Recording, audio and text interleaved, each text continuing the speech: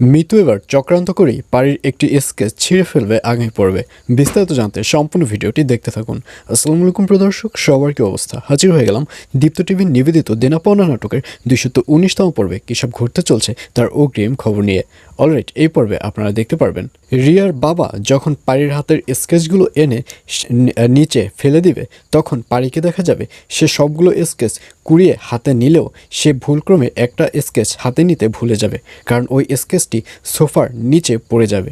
কিন্তু এই ব্যাপারটি খেয়াল করবে মিতুকে দেখা যাবে পারির যে স্কেচটি সোফার নিচে থেকে যাবে, সেই স্কেচটি নিয়ে মিতু এবার সরাসরি তার রুমে চলে যাবে এবং সেখানে নিয়ে আরমানকে স্কেচটি দেখাবে। আর এটি দেখে আরমান স্কেচটি টান দিয়ে তার নিজের হাতে নিয়ে নেবে। তখন মিতু বলবে, এটা তুমি নষ্ট করো না, কারণ এটা হচ্ছে পারির স্কেচ, এটা নষ্ট হলে পারির কিন্তু অনেক বড় একটা ক্ষতি হয়ে যাবে। কিন্তু মিতু এর আগে খুব ভালো করেই জানে যে এই স্কেচটি যদি আরমানের কাছে নেওয়া যায় তাহলে আরমান ইচ্ছা করেই স্কেচটি নষ্ট করে দেবে। আর এর জন্যই আরমানকেও দেখা যাবে সে স্কেচটি টানাটানি করে একদম ছিঁড়ে ফেলবে, এবং ছিঁড়ে ফেলার পর মিতুকে দেখা যাবে সে অনেক খুশি হবে। আর অন্যদিকে পরের দিন সকালবেলা তনিমাকে দেখা যাবে সে পারিকে ফোন করে তাড়াতাড়ি অফিসে আসতে বলবে এবং পারিকে বলবে, শোনো, আসার সময় স্কেচগুলো তুমি নিয়ে এসো। কিন্তু তার আগে পারি দেখতে পারবে যে সে যে কটি স্কেচ নিয়েছিল তার থেকে একটি স্কেচ কম।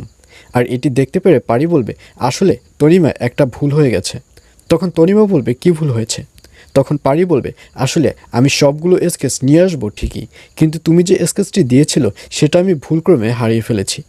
আর এই কথা শুনে তনিমাকে দেখা যাবে সে অনেক রাগ করে থাকবে এবং এক পর্যায়ে পারি যখন অফিসে আসবে তখন পারিকে বলবে, আচ্ছা পারি, তুমি কি বাচ্চা? তোমার কাছে আমরা ভরসা করে এতগুলো স্কেচ দিলাম, সেখান থেকে আবার তুমি একটি স্কেচ হারিয়ে ফেলেছ। আসলে কাজের প্রতি তোমার কোনো মনোযোগই নেই। আর এই কথা শুনে সৌরভকে দেখা যাবে সে তনিমাকে থামতে বলবে। সৌরভ বলবে, তনিমা, এসব তুমি কি বলছো? ভুল তো মানুষের হতেই পারে, ভুলক্রমে একটি স্কেচ হারিয়ে ফেলেছে, এর জন্য তুমি ওকে এত কথা শোনাবে? আর এই কথা শুনে তনিমা বলবে, ও আচ্ছা, আমি তো দেখছি পারির নামে কোনো কিছু বলাই যাবে না।